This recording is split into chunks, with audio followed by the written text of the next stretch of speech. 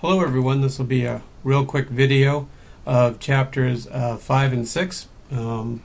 Chapter 5 is one that you guys have probably seen many times in your life through different classes, probably your English class here. So we're going to go through it rather quickly, and that's selecting a topic and a purpose for what your speech is. Just because I'm going through this quicker in the video doesn't mean that this isn't really important stuff. If you do not have a good topic, more importantly, you don't have a good purpose for talking about that topic, then your speech isn't going to matter. It doesn't matter how good you're talking about nothingness. If nobody wants to hear about nothingness, it's not going to be a good situation. So we will go through this, and what we'll see is a couple different things here about selecting a topic and a purpose, and we'll hopefully do that. So people often get confused on how to get a topic. It's really nice when your teacher walks in and says, your topic will be this. And then you don't have to worry. You just go with what your topic is. Sometimes, though, you're going to have to come up with your own topic. And this can also happen in the business world. If you're going to be speaking, you might be asked to speak on something. So one of the great ways of generating ideas is brainstorming. And some of us may have done a brainstorming session. Some of us may think we have done one, but may not have done a really good one. But a good brainstorming session is one where we generate ideas just by free association.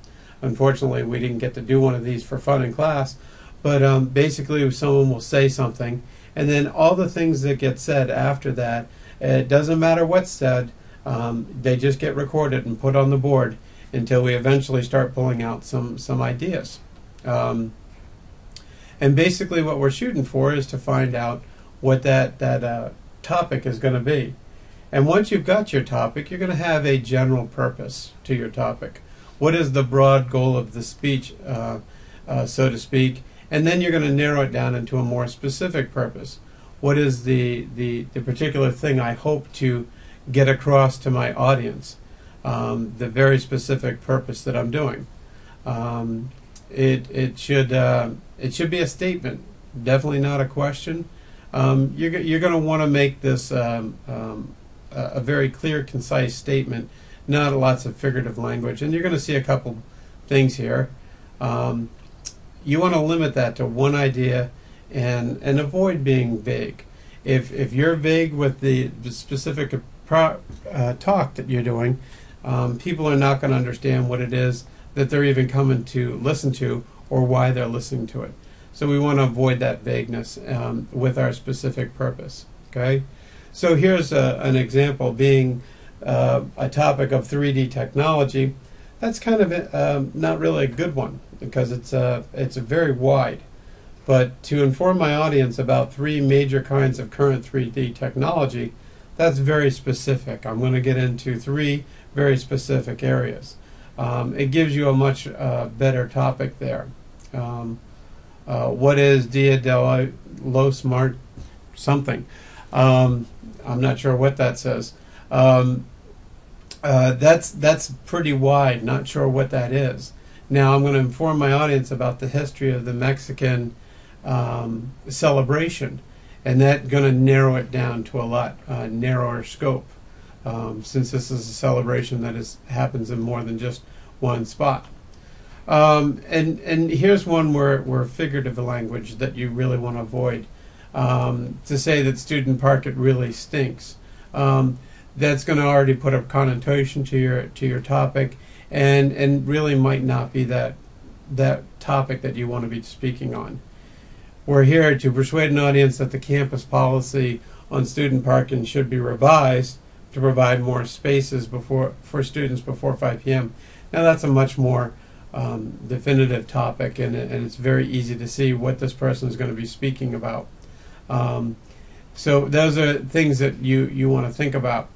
And there's the ideas here that we're trying to do to persuade my audience to become a literacy tutor, to persuade my audience to donate time to the Special Olympics. That came from this one area that said to persuade my audience to become tutors and to donate time to the Olympics. you have two very distinct ideas there. Make sure you show those two distinct ideas. I'm going to avoid, there's a bunch of them here, and avoid some of these. Questions to think about as you're designing your specific purpose. Is it meeting the assignment? Are you going to be able to accomplish this in the time allotted? And is this going to make relevance to your audience? If your audience isn't going to want to listen to this, if you can't accomplish it in the time that you're allotted, either that you've gone too short and now you're up there telling stories, or you've gone way too long and people have left the building, these are very important things that your specific purpose needs to meet those categories. And this can help you as you begin to work on your timing and your relevance to the audience. The central idea usually is one sentence, and hopefully it has that major idea of the speech. And that's the central idea of what you're trying to do. You usually don't express that as a question. This is not where you're going to be vague or with that ineffective language. Here's one: problems of fad diets. Versus, although fad diets produce quick weight loss, they can lead to serious health problems by creating deficiency in vitamin, minerals, and breakdown of muscle tissue as well as fat. That's a very complete, I know what you're going to talk about, I know where you're going to go with this statement, versus the other one, you really didn't have that. And there's a couple other ones in these slides that you can download and look at those.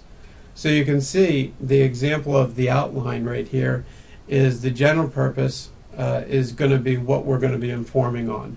Okay, the specific purpose is what particular area of this general area you're going to be talking about. Okay, and then the idea, the central idea, is to really break that down, and that gives you the outline of where you can start planning your speech from. Okay, and this one shows you that in the example outline of how to break down doing a skiing one. And that's a real quick breakdown of Chapter 5. Chapter 6 is right here, and Chapter 6 is analyzing the audience here. Now this is something that's really important, and I do like to do this one in class because we do some different ways of working with things. But you really need to understand your audience. If you don't understand who you're speaking to, then you might not be going in the direction that you want to go in.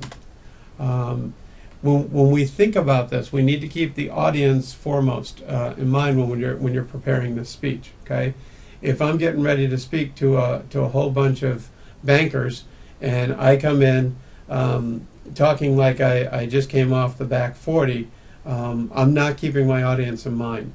I'm not using the proper language, I'm not using the proper gestures, and that's not going to help get my audience to pay attention to my message. When I pay attention to my audience and I talk to their level, I give gestures that are appropriate for them, I use the vocabulary that's appropriate to them, they will immediately take in my message and be much more willing to listen to my speech. So that's that whole keeping the audience at the center of things. So the questions you're asking is, who am I speaking to? What do I want them to know? What do they believe in already? What do I want them to do? And what's the most effective way to accomplish that? And that can be very different with lots of audiences. If I've got my Coast Guard training class, I can shout at them and tell them what I want them to do. If I got a bunch of kindergartners, I can't treat them that way. I have to lead them in a different way. So I need to think about my audience as I do this. So part of it is identifying your audience, okay? Emphasizing what it is that this audience has. Now sometimes you got a very specific audience. I'm going to go speak to the veterans of foreign wars. So I know that my audience is probably going to be veterans who have served in the military, and I've also been probably in war and have some things that come with that. Versus I'm going to be speaking to the general public, which is kind of really hard to categorize because you have so many different backgrounds. versus I'm going to talk to a bunch of college-age students who are 18 to 25. That's a lot easier to identify. So part of it is you need to be able to identify who your audience is and what it is that they might have in common as far as their values, goals, and experiences.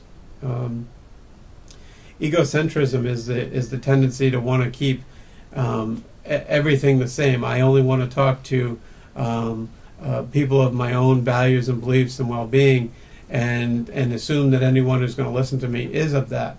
And that's not always the case. Sometimes you'll be talking to people who have the exact opposite values and beliefs as you, and you need to think about that. So here's ways that we identify our audience. We identify them through age and gender, religion, sexual orientation, the cultural background, and group membership. Now, a lot of times this can get into that stereotyping, okay?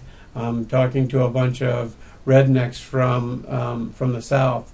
And that's not a good thing to do, because that puts some certain connotations in there that definitely are not good ones.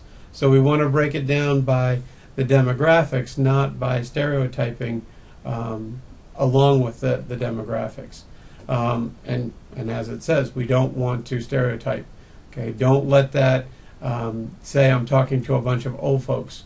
I'm talking to a demographic that has a different viewpoint because of their age generation, and you really need to think about the differences there. You want to understand the situation. Okay, what is the size of the room? How many people are going to be there? The things that we talked about when we walked around the campus, being in a room that's really loud, not good acoustics. Maybe you're not positioned properly towards the group. You need to understand that, and that's stuff that you can know ahead of time. You check with who you're going to be speaking to, which group, and how they're going to have this set up for you to speak at this situation. Understand the attitudes and the beliefs of the group. Okay, if you're going in and you're speaking to a group, and you're going to be speaking about a topic that's very against their attitudes and beliefs, and you're trying to persuade them to look a different way, you need to really understand that as you go in there. You need to acknowledge that they have certain attitudes and beliefs, and that you might actually challenge their attitudes and beliefs. And that's important for you to do that, because if you don't and you just come in and you do it, they might turn you off immediately and never even open up to listening to you. So a question is, how do you get to know an audience? Okay, one of the great things is, if you're going to be speaking to a group ahead of time and it's well known, you might have a chance to ask the group to ask the audience some questions before you ever show up, doing a quick survey of the group. If you're going to be speaking to a veterans group, you can ask the veterans group, what are some of the key things before you ever walk in, and understand that. And some of the ways we do that is through different types of questions. We can do fixed alternative, scale, and open-ended questions. And you may have actually experienced this in your life as you've gone through and had a survey presented to you. This is a fixed alternative. Do you know what the insanity plea in the U.S. legal system is? Yes, no. And then your fixed alternative is not sure. You're giving people an out.